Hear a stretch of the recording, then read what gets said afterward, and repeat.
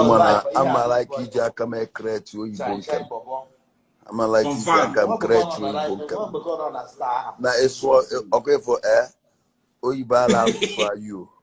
Also good evening. Also good is Oyibo. You made mistake in the collect. It was Igbo on Igbo. It's Oyibo made mistake in the collect or well on call but no bad. Moya na correct. Oya na correct. Go masu also asking. It's not once Igbo on Igbo. Igbo on Igbo, suo Igbo. He made mistake in the collect.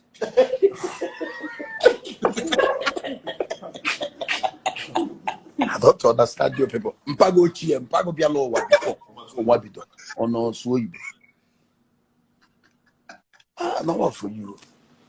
Mba na wa mgebe na be unene mba na agba ọtọ dara asụrụ Igbo onwe onye nyere ibia nsogbu onwe onye na-akọ ọnụ mgbatị ya na ọmala asụ Igbo ezi ka isi ekwuzi na isu Igbo kịta inwe nsogbu once ịbụ onye Igbo once ịbụ onye Igbo suo Igbo ọsọ ihe ọbụla ọsọ ọrụ isu Igbo mee mistake ịdị correct.